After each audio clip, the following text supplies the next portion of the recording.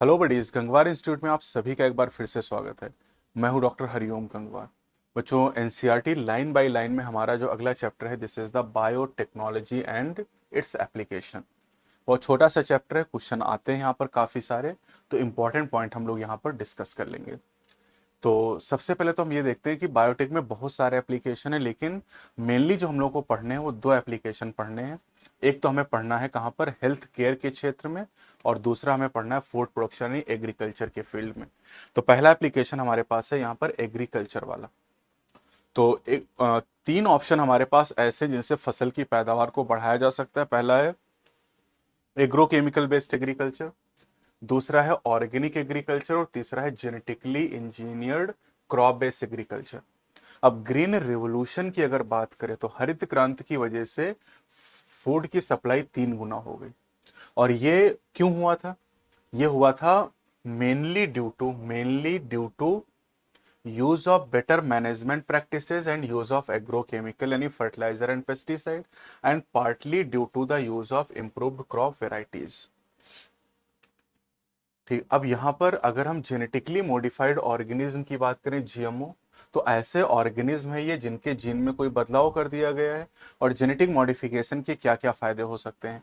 Made crop more tolerant to abiotic stress यानी cold, drought, salt, heat, reduced reliance on chemical pesticide, pest resistant crop जैसे BT cotton, help to reduce post harvest losses, increased efficiency of mineral uses by plant, and enhanced nutritional value of food, example golden rice, that is vitamin A enriched rice। ये तो बहुत पूछा जाता है, बहुत important है आपके लिए। ठीक है, फिर यहाँ पर कह रहे हैं कि बायोटेक की कुछ जो एप्लीकेशन यहाँ पर हैं, है ना। एक और यहाँ पर आप याद कर सकते हैं, टेलर मेड प्लांट क्रिएट करना। टेलर मेड प्लांट मतलब एक प्लांट के बहुत सारे यूजेस हों। तो एग्रीकल्चर की अगर हम बात करते हैं तो एक बैक्टीरिया है बैसिलस थुरिनजेंसिस, जिसको हम बीटी शॉर्ट में कहते हैं, और ये बैक्टीरिया बीटी टॉक्सिन प्रोड्यूस करता है। और जो बीटी टॉक्सिन होता है ये कई सारे इंसेक्ट को किल कर सकता है, और इसको कई सारे क्रॉप में इंट्रोड्यूस किया गया इस बीटी जीन को। और BT cotton, BT corn, rice, tomato, potato और सोयाबीन को डेवलप किया गया एज अ बायोपेस्टिसाइड। तो बैसिलस थुरिनजेंसिस बैक्टीरिया के कुछ स्ट्रेन अलग अलग इंसेक्ट को किल कर सकते हैं, जैसे लेपिडोप्टेरन्स में टोबैको बडवर्म और आर्मी वर्म को, सिलोप्टेरन ऑर्डर में बीटल्स को, डिप्टेरा में फ्लाइज और मॉस्किटो को किल कर सकते हैं। अब कह रहे हैं कि बैसिलस मतलब जो बीटी है ये प्रोटीन क्रिस्टल का फॉर्मेशन करता है, और ये जो क्रिस्टल होते हैं ये इन क्रिस्टल के अंदर टॉक्सिक इंसेक्टिसाइडल प्रोटीन होती है। अब ये टॉक्सिक प्रोटीन इनएक्टिव प्रोटॉक्सिन के फॉर्म में एग्जिस्ट करती है, लेकिन जब कोई इंसेक्ट इन्हें निगल जाता है तो इनएक्टिव टॉक्सिन कन्वर्ट हो जाती है एक्टिव फॉर्म में, due to alkaline pH of gut. ये बहुत पूछा गया नीट में सवाल, alkaline pH of gut which solubilize the crystal. और एक्टिवेटेड टॉक्सिन जो है ये मिडगट एपिथेलियम से बाइंड होके पोर और स्वेलिंग कॉज कर देती है, जिससे इंसेक्ट की डेथ हो जाती है। अब ये जो बीटी टॉक्सिन जीन है इनको आइसोलेट किया गया बीटी से, और इसके बाद क्रॉप प्लांट में इंट्रोड्यूस कर दिया गया, जैसे कॉटन के अंदर इंट्रोड्यूस किया गया। अब जीन का जो सिलेक्शन है ये डिपेंड करता है दो चीजों पर, क्रॉप पे और पेस्ट पे डिपेंड करता है, क्योंकि बीटी टॉक्सिन जीन जो होते हैं ये स्पेसिफिक होते हैं। ठीक है, अब करें कि टॉक्सिन को जो कोड करता है वो कोड करता है क्राई 1AC, जिसे क्राई के नाम से हम लोग जानते हैं। और अगर हम कॉर्न बोरर की बात करें तो कॉर्न बोरर अगर हमारा पेस्ट है तो उस, और हमारी फसल कॉर्न है तो जीन यूज करें क्राई 1AB। और कॉटन बॉलवर्म से बचने के लिए जो जीन यूज करते हैं cry 1AC and cry 2AB का यूज करते हैं। तो कॉर्न बोरर वाला आप याद कर लोगे, बाकी अपने आप पता चल जाएगा आपको। ये यहाँ पर कॉटन बॉल दिखाई गई है जो डिस्ट्रॉय, ये फुल्ली मैच्योर है और ये डिस्ट्रॉय हो गई है। दूसरा एग्जाम्पल हमारे पास है पेस्ट रेजिस्टेंट प्लांट में टोबैको प्लांट। तो टोबैको प्लांट में एक निमेटोड है जिसका नाम है मिलोडीगैन इनकॉग्निशिया। ये इन्फेक्ट करता है रूट ऑफ टोबैको प्लांट। ये सवाल पूछा गया एग्जाम में। अब इससे बचने का जो तरीका उसे आरएनए इंटरफेरेंस यानी आरएनए कहा जाता है। ये तरीका सभी यूकैरियोट में पाया जाता है, ऐसा मेथड ऑफ सेलुलर डिफेंस। अब यहां पर क्या होता है कि डबल स्टैंडर्ड आरएनए का फॉर्मेशन करा के जो प्रोटीन की सिंथेसिस है, ट्रांसलेशन है, उसको प्रिवेंट किया जाता है। Prevent translation of the mRNA। अब करें कि सोर्स क्या है कॉम्प्लीमेंट्री आरएनए का, तो सोर्स है वायरसेस हैविंग आरएनए जीनोम या मोबाइल जेनेटिक एलिमेंट ट्रांसपोजॉन, ये भी पूछा गया है, that replicate via an RNA intermediate. ठीक है, अब यहां पर एक चीज और आपको ध्यान रखनी है कि अगर हम नेमेटोड स्पेसिफिक जीन को इंट्रोड्यूस करना चाहते हैं होस्ट के अंदर, तो एग्रोबैक्टीरियम वेक्टर का यूज करेंगे, क्योंकि टोबैको एक प्लांट, और प्लांट के अंदर आप जानते हैं कि एग्रोबैक्टीरियम वेक्टर का यूज करते हैं। एनिमल के केस में रेट्रोवायरसेस का यूज किया जाता है। अगला हमारे पास है बायोटेक्नोलॉजिकल एप्लीकेशन इन मेडिसिन, दवाइयों के क्षेत्र में। तो अब यहाँ पर टोटल 30 रिकॉम्बिनेंट ऐसी दवाइयां हैं जिन्हें दुनिया भर में यूज किया जा रहा है वर्ल्ड ओवर, और इनमें से 12 ऐसी दवाइयां हैं जिनको इस समय इंडिया में बेचने की अनुमति मिल चुकी है। और इन 30 और 12 में से एक आपके सिलेबस में है, that is genetically engineered insulin. तो करें एडल्ट ऑनसेट डायबिटीज जो है, इसको हम मैनेजमेंट इसका कर सकते हैं कैसे, taking insulin at regular time interval, regular time interval. आप कह रहे हैं कि पहले क्या करते थे, पहले जब इंसुलिन जो डायबिटीज के पेशेंट होते थे उनके लिए इंसुलिन कहाँ से निकालते थे, तो पहले pancreas of slaughtered cattle and pig से निकालते थे। लेकिन एनिमल से मिलने वाली जो इंसुलिन होती थी उससे कुछ पेशेंट में एलर्जी और दूसरी तरह की रिएक्शन हो जाती थी।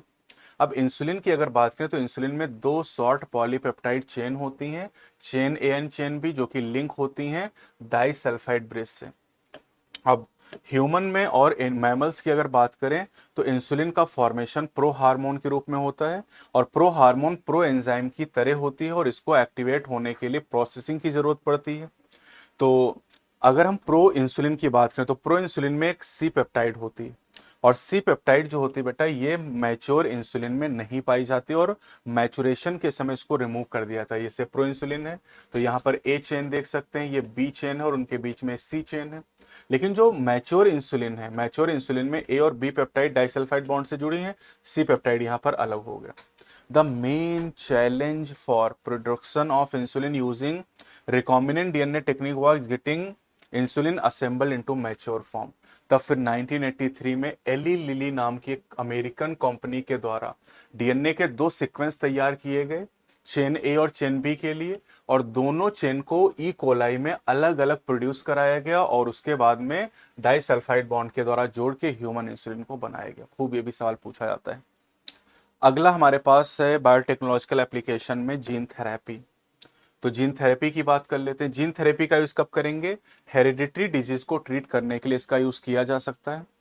ठीक है, और इसका पहली बार जो क्लिनिकल जीन थेरेपी यूज की गई थी वो 1990 में यूज की गई थी 4 ईयर ओल्ड गर्ल में, जिसमें एडिनोसिन डी एमिनेज यानी एडीए डेफिशिएंसी थी। ठीक है, ये जो एडीए एंजाइम होता है, ये एंजाइम क्रूशियल होता है इम्यून सिस्टम के फंक्शन के लिए। और ये डिसऑर्डर क्यों हुआ, due to deletion of the gene for ADA, ADA के लिए जो जीन है वो डिलीट हो गया। अब ट्रीटमेंट कैसे करेंगे, तो ट्रीटमेंट के यहाँ पर 4 तरीके हैं। एक तो हमारे पास है बोन मैरो ट्रांसप्लांटेशन की बात करें, दूसरा हमारे पास है एंजाइम रिप्लेसमेंट थेरेपी, लेकिन ये दोनों ही अप्रोच ऐसे हैं जहाँ जो कंप्लीटली क्यूरेटिव नहीं है। तीसरा तरीका हमारे पास है जीन थेरेपी वाला, जहाँ पर जो लिम्फोसाइट होती हैं वो पेशेंट की बॉडी से हम ब्लड से निकालते हैं, और उनमें फंक्शनल एडीएस सीडीएनए इंट्रोड्यूस करते हैं रेट्रोवायरल वेक्टर का यूज करके। अब देखिए लिम्फोसाइट एनिमल सेल हैं तो रेट्रोवायरस वेक्टर का यूज कर रहे हैं, और उसके बाद इन जेनेटिकली इंजीनियर्ड लिम्फोसाइट को वापस पेशेंट के अंदर डाल दिया जाता है। लेकिन ये जो जेनेटिकली इंजीनियर्ड लिम्फोसाइट है ये इमॉर्टल नहीं है, और इस वजह से पेशेंट को बार बार जेनेटिकली इंजीनियर्ड लिम्फोसाइट डालने पड़ते हैं, और इस वजह से हम ये कह सकते हैं कि ये भी तरीका परमानेंट नहीं है, ये भी टेम्परेरी क्योर है। तो परमानेंट क्या हो सकता है, करें अगर जीन मैरो सेल से आइसोलेट कर लिया जाए और उनको अर्ली एम्ब्रियोनिक स्टेज में ट्रांसफर किया जाए, ये परमानेंट क्योर हो सकता है। तो ये 4 तरीके ट्रीटमेंट के लिए बताए गए, 3 टेम्परेरी हैं, 1 परमानेंट है। अगला है मॉलिक्यूलर डायग्नोसिस। मॉलिक्यूलर डायग्नोसिस में हम अगर बात करें तो कन्वेंशनल मेथड जिनसे हम अर्ली डायग्नोसिस नहीं कर सकते हैं वो है सीरम एंड यूरिन एनालिसिस, इनसे early detection not possible. Early diagnosis के लिए हम क्या क्या यूज कर सकते हैं? अर्ली डायग्नोसिस के लिए recombinant DNA technology, polymerase chain reaction PCR and enzyme linked immunosorbent ऐसे एलाइजा का यूज कर सकते हैं for the purpose of early diagnosis. पहले तो यही आपको ध्यान से समझना है। ठीक, अब यहां पर कह रहे हैं कि पीसीआर में क्या क्या यूज कर, पीसीआर में एक तो हम करते हैं एम्प्लीफिकेशन ऑफ जेनेटिक मटेरियल।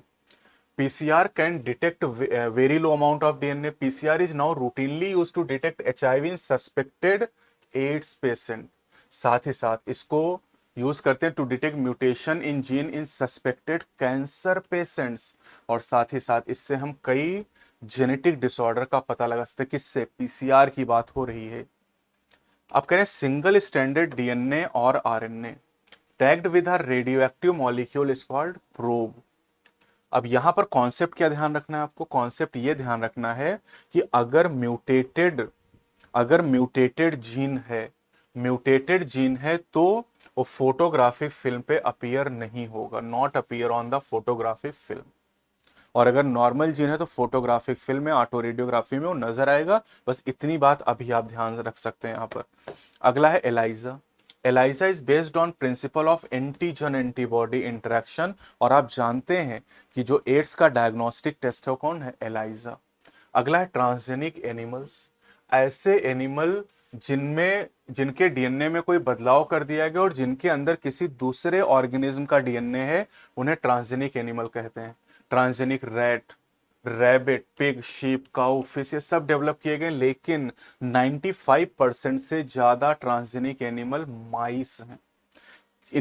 क्यों बनाया गया इनको? क्या पर्पज है? 5 पर्पज है। नॉर्मल फिजियोलॉजी एंड डेवलपमेंट का अध्ययन करने के लिए, इसमें आप याद कर सकते हैं इंसुलिन लाइक ग्रोथ फैक्टर को। स्टडी ऑफ डिजीज के लिए कई सारे ट्रांसजेनिक मॉडल बनाए गए हैं। और ये ट्रांसजेनिक मॉडल किसके लिए हैं? कैंसर के लिए, सिस्टिक फाइब्रोसिस के लिए, अल्जाइमर एंड रिमोटॉइड अर्थराइटिस, 4 बीमारियों के लिए। चौको कार से आप याद कर लो। बायोलॉजिकल प्रोडक्ट की बात करें तो बायोलॉजिकल प्रोडक्ट में एक अल्फा 1 एंटीट्रिप्सिन है जिसको एम्फिसिमा ट्रीट करने के लिए बनाया गया है। और ऐसी कोशिशें फिनाइल कीटोन्यूरिया और सिस्टिक फाइब्रोसिस को ट्रीट करने के लिए की जा रही हैं। एक और बायोलॉजिकल प्रोडक्ट आपको ध्यान रखना है, यहां पर 1997 में पहली ट्रांसजेनिक काउ रोजी को डेवलप किया गया। और इसका जो मिल्क है उसमें 2.4 ग्राम पर लीटर एक प्रोटीन है, ह्यूमन अल्फा लैक्टोल्ब्यूमिन।